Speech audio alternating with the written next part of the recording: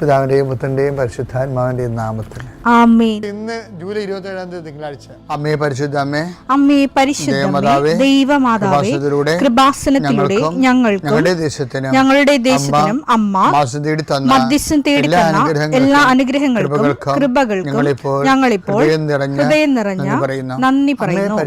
അമ്മേ പരിശുദ്ധമേ, ദൈവമാതാവേ, 2004 ഡിസംബർ 7 ഉച്ചകഴിഞ്ഞ് 2:30 കൃപാസനത്തിൽ സംഭവിച്ച അമ്മയുടെ പ്രത്യക്ഷപ്പെടലിനെക്കുറിച്ച് തിരുസഭയ്ക്ക് സമർപ്പിച്ചിരിക്കുന്ന പഠനരേഖകളുടെ മേൽ സഭാത്മകമായ പഠനം ആരംഭിക്കുവാൻ ഞങ്ങൾ പ്രാർത്ഥിക്കുന്നു.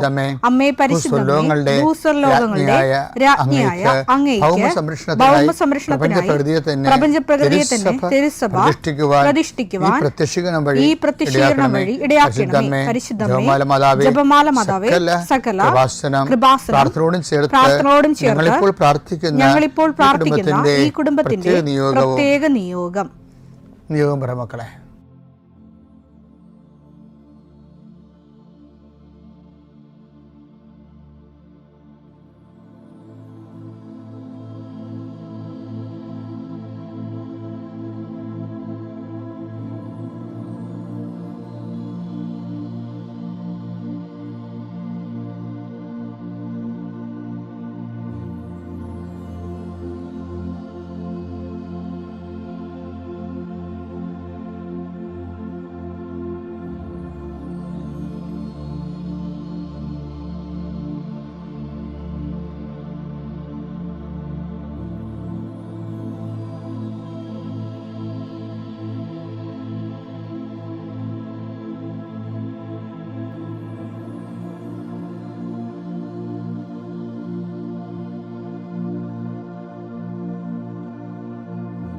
അമ്മയുടെ പ്രത്യക്ഷീകരണത്തിന്റെ ഈ അനുഗ്രഹവേളയിൽ ഞങ്ങൾക്ക് സാധിച്ചു തരുവാൻ കനിയണമേ.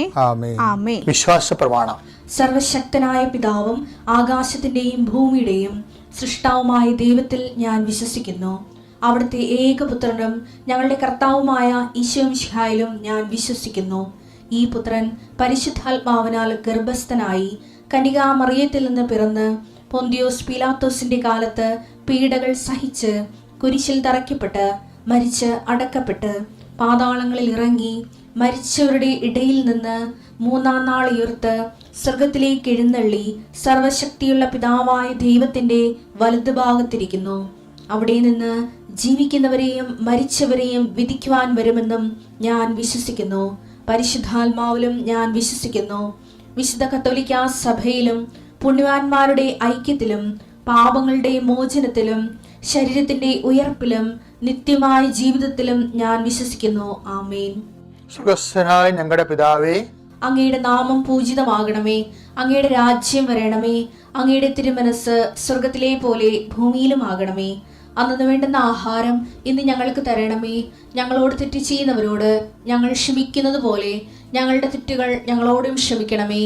ഞങ്ങളെ പ്രലോഭനത്തിൽ ഉൾപ്പെടുത്തരുതേ, തിന്മയിൽ ഞങ്ങൾ രക്ഷിക്കണമേ. ആമേൻ. നന്മ നിറഞ്ഞ മറിയമേ, സ്വസ്തി. കർത്താവ് അങ്ങയുടെ കൂടെ സ്ത്രീകളിൽ അങ്ങ് അനുഗ്രഹിക്കപ്പെട്ടവളാകുന്നു. അങ്ങയുടെ ഉദരത്തിൻ ഫലമായി ഈശോ അനുഗ്രഹിക്കപ്പെട്ടവനാകുന്നു. പരിശുദ്ധ മറിയമേ, തമ്പുരാന്റെ അമ്മേ, പാപികളായ ഞങ്ങൾക്ക് വേണ്ടി ഇപ്പോഴും ഞങ്ങളുടെ മരണസമയത്തും തമ്പുരാനോട് അപേക്ഷിക്കണമേ. ആമേൻ. കർത്താവേ, നിന്റെ ഉന്നതമായ നാമത്തിന് സ്തോത്രം. കർത്താവേ, നിന്റെ വിശുദ്ധ പൗരോഹിത്യത്തെ മഹത്വപ്പെടുത്തണമേ. കർത്താവെ, സഭയിലുള്ള സാന്നിധ്യം പ്രകടമാക്കണം. 40 വർഷം ഞാൻ അർപ്പിച്ച കൃപാന്റെ യുഗതിയാണ്. കൃപാസ്ഥാനത്താറെ ജീവനോടെ പ്രത്യക്ഷപ്പെട്ട മാതാവിന്റെ മാധ്യസ്ഥം ഇന്ന് അങ്ങയുടെ മക്കളെ പ്രാർത്ഥന കൂടുന്ന എല്ലാ മക്കൾക്ക് വേണ്ടി പ്രാർത്ഥിക്കുകയാണ്. കർത്താവെ, മനസ്സ് വേദനിക്കുന്ന എല്ലാ വിഷയങ്ങളും, അവരുടെ മനസ്സ് വേദനിപ്പിക്കുന്ന എല്ലാ വ്യക്തികളും ഇപ്പോഴും ഈശോയുടെ നാമത്തിൽ നിർവീര്യമാകട്ടെ. ഇന്നത്തെ ദിവസം സമർപ്പിച്ച് പ്രാർത്ഥിക്കുക. കണ്ടുമുട്ടാൻ പോകുന്ന വ്യക്തികളെ മനസ്സിൽ കാണുക, ചെയ്യാൻ പോകുന്ന കാര്യങ്ങളെ മനസ്സിൽ കാണുക. ആരുടെയെങ്കിലും തരത്തിലുള്ള നീരസമോ സങ്കടമോ അല്ലെങ്കിൽ ആരെങ്കിലും ഒരു ഭയമോ എന്തെങ്കിലും വിഷയങ്ങളുണ്ടെങ്കിൽ ആ മേഖലയിലെല്ലാം പരിശുദ്ധമ്മ തൻ്റെ നീല മേലങ്കിയാൽ അങ്ങയുടെ മക്കളെ പൊതിഞ്ഞ് പിടിക്കട്ടെ എന്ന് പ്രാർത്ഥിക്കുന്ന ഇന്നത്തെ എല്ലാ ഉത്തരവാദിത്തങ്ങളും നിറവേറ്റിക്കൊണ്ട് നിങ്ങൾ രാത്രി തിരിച്ചു വരുമ്പോഴേ സമാധാനം നിങ്ങളുടെ ഹൃദയത്തിൽ ഉണ്ടാകാൻ ഇടയാക്കട്ടെ എന്ന് പ്രാർത്ഥിക്കുന്നു. നിത്യം പിതാവും പുത്രനും പരിശുദ്ധാത്മാവിനെ നീക്കുവാൻ. എൻ്റെ പ്രിയപ്പെട്ടവരെ, നമ്മൾ ഈ ഡെയിലി ബ്രെഡ് ഒത്തിരി പേരിങ്ങനെ എല്ലാ ദിവസവും ഇങ്ങനെ അച്ഛൻ്റെ കൂടെ പ്രാർത്ഥിക്കുന്നത് തന്നെയാണ് എൻ്റെ ഏറ്റവും വലിയ പുണ്യം. പിന്നെ ചെറിയ വചനങ്ങൾ ഉടമ്പടി അധിഷ്ഠിതമായിട്ട് കേൾക്കുന്നു എന്നുള്ളതാണ്.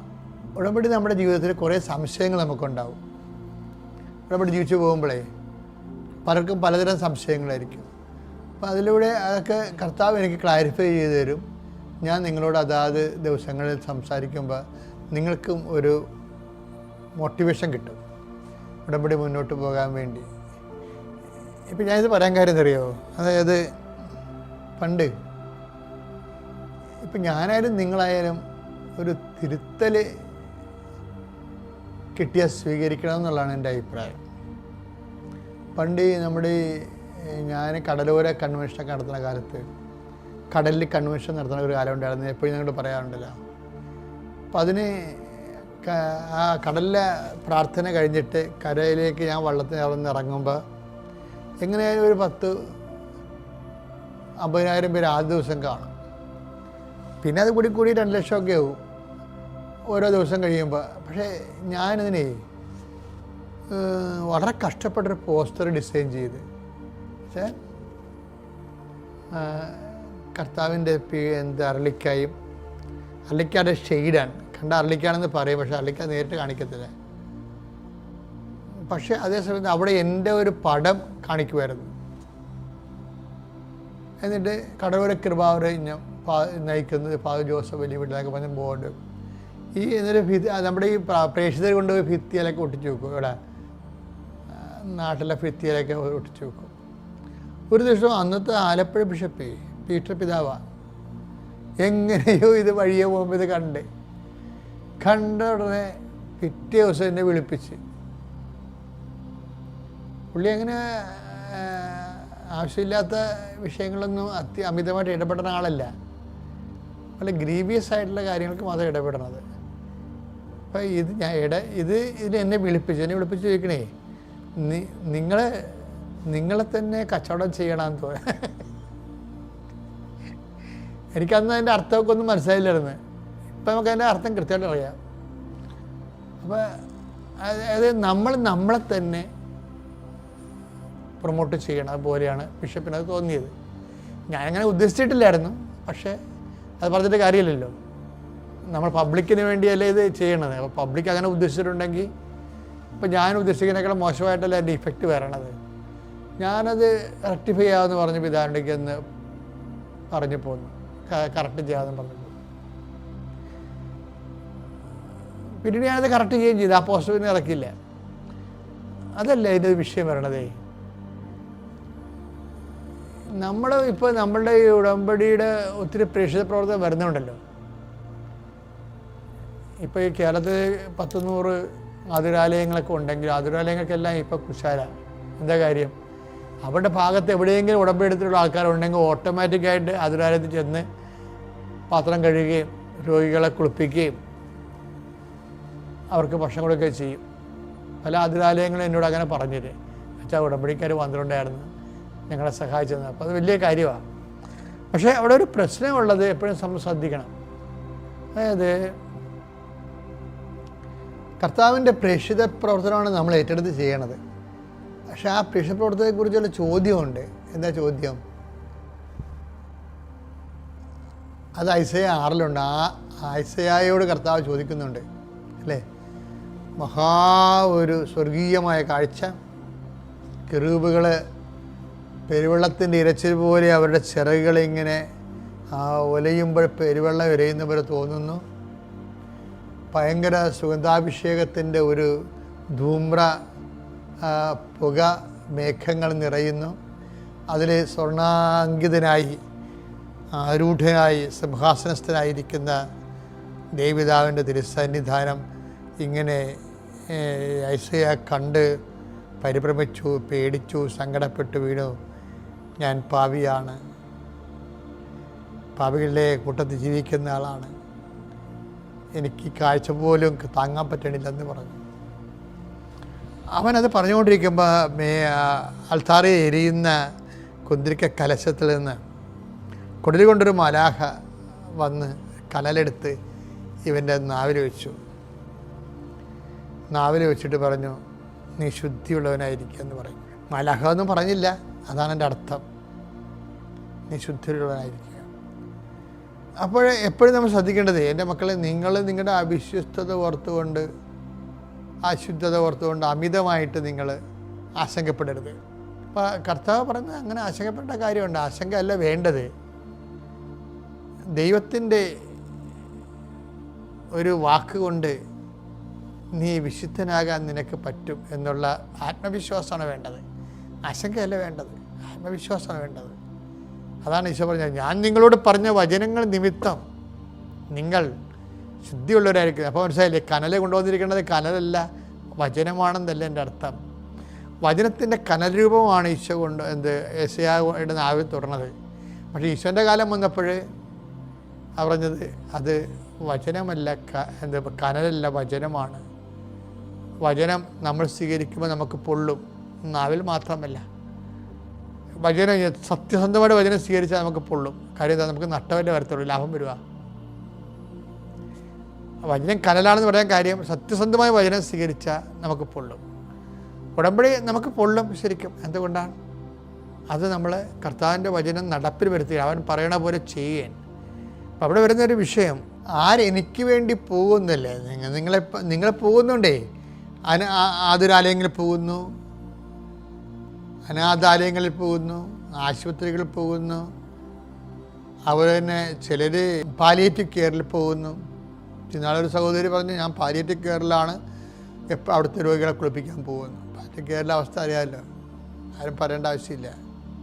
അപ്പം അങ്ങനെയൊക്കെ ചെയ്യുമ്പോഴും നമ്മളത് വലിയൊരു കാര്യമായിട്ട് ചെയ്ത് സന്തോഷിക്കും. പക്ഷേ അതിൻ്റെ ബേസിക് എന്താണ് ശരിക്കും പറഞ്ഞാൽ? ആർക്ക് വേണ്ടിയാണ് ഈ പാലിയേറ്റീവ് കെയറിൽ പോണത്? ആർക്ക് വേണ്ടിയാണ് ആതുരാലയത്തിൽ പോണത്? ആർക്ക് വേണ്ടിയാണ് കാരുണ്യഭവനങ്ങളിൽ പോണത്? എല്ലാം നമുക്ക് വേണ്ടിയല്ലേ. നമ്മുടെ വിസ പ്രോസസ് ചെയ്യാൻ, നമ്മുടെ PR കിട്ടാൻ, നമ്മുടെ കുടുംബത്തിൻ്റെ ജപ്തി മാറാൻ. ഇത് ഒരു ഉടമ്പടി ബന്ധത്തിൽ ദൈവം ഉദ്ദേശിക്കുന്നില്ല. എന്താ കാര്യം? ആരെനിക്ക് വേണ്ടി പോകുമെന്നുള്ളതാണ്, അല്ലാതെ നമുക്ക് വേണ്ടി പോകുന്നതല്ല. നമ്മൾ പോണ പല കാരുണ്യ പ്രവൃത്തിയിൽ നമുക്ക് വേണ്ടി പോവുകയാണ് നമ്മൾ. അതാണ് ഉടമ്പടിയിൽ നല്ലവണ്ണം പ്രവർത്തികൾ ചെയ്യുന്നവരും അതിൻ്റെ സ്വിച്ചിങ് കറക്റ്റല്ലാത്ത കാരണം അവരുടെ പവറാകുന്നില്ല. എന്താ കാര്യം? അവരാ ചെയ്യണ കാര്യം അവരുടെ കാര്യങ്ങളുടെ ഇൻറ്റൻഷന് വേണ്ടിയാണ് ചെയ്യണത്. അങ്ങനെ ഉടമ്പടിയിലുള്ള ഒരാളിനെ അങ്ങനെ ചെയ്യാൻ പറ്റത്തില്ല. ഉടമ്പടി ദൈവമായിട്ടല്ല ഉടമ്പടി ചെയ്തിരിക്കുന്നത്. ആ വചനം എടുത്ത് ആരെനിക്ക് വേണ്ടി പോകുന്നുള്ളത്. യെശയ്യാ 6:8. അതിനുശേഷം കർത്താവ് അരുൾ ചെയ്യുന്നത് ഞാൻ കേട്ടു. ആരെയാണ് ഞാൻ അയക്കേണ്ടത്? ആരാണ് നമുക്ക് വേണ്ടി പോവുക? അപ്പോൾ ഞാൻ പറഞ്ഞു, ഇതാ ഞാൻ എന്നെ അയച്ചാലും. കർത്താവിനോട് ഇതാ ഞാൻ എന്നെ അയച്ചാലും, ഞാൻ എൻ്റെ വിസ പ്രോസസ്സ് ചെയ്യാനോ എൻ്റെ മകളുടെ എൻ്റെ കല്യാണം വെക്കാനോ വേണ്ടിയല്ല. അത് അവിടെ ഒരു വശമാണത്. അത് ഞാൻ നിന്നെ ഏൽപ്പിച്ചു ഓൾറെഡി. ഞാൻ ചെയ്യണ കാര്യങ്ങളെല്ലാം അതുമായിട്ട് ബന്ധമില്ല. അത് ഞാൻ ചെയ്യണ കാര്യം എന്താണ്? നിനക്ക് വേണ്ടി ഞാൻ പോവുകയാണ്. നിന്നെക്കുറിച്ചുള്ള ഓർമ്മയും നിൻ്റെ രാജ്യം ഈ ഭൂമിയിൽ വരാൻ വേണ്ടിയുള്ള ആഗ്രഹവും നിൻ്റെ വാക്ക് പാലിച്ചുകൊണ്ട് നിന്നെ സ്നേഹിക്കുന്നുവെന്ന് എനിക്ക് ഉറപ്പ് കിട്ടാൻ വേണ്ടി ഞാൻ നിനക്ക് വേണ്ടി പോവുകയാണ്. ആ ഒരു ഫോർമാറ്റിലേക്ക് ഇത് റീചേഞ്ച് ചെയ്ത് വരണം. പാളം തെറ്റി കിടക്കുന്ന ഉടമ്പടികൾ പാളത്തെ കൊണ്ടുവരുന്നത് അങ്ങനെയാണ്. ആരെനിക്ക് വേണ്ടി പോകും, ഞാൻ കർത്താവിന് വേണ്ടി പോകുന്നൊരു വ്യക്തിയാണെന്ന് ഈ പത്രം കൊടുക്കാൻ പോകുമ്പോഴും, മറ്റുള്ളവർക്ക് ഭക്ഷണം പാകം ചെയ്ത് കൊടുക്കുമ്പോഴും, മറ്റുള്ളവർക്ക് വേണ്ടി അതിരാലയങ്ങളിൽ പോകുമ്പോഴും ഓർക്കുക, ഇത് നിനക്ക് വേണ്ടിയല്ല, കർത്താവിന് വേണ്ടിയാണ്. പിതാവിൻ്റെയും പുത്രൻ്റെയും പരിശുദ്ധാത്മാവിൻ്റെയും നാമത്തിൽ.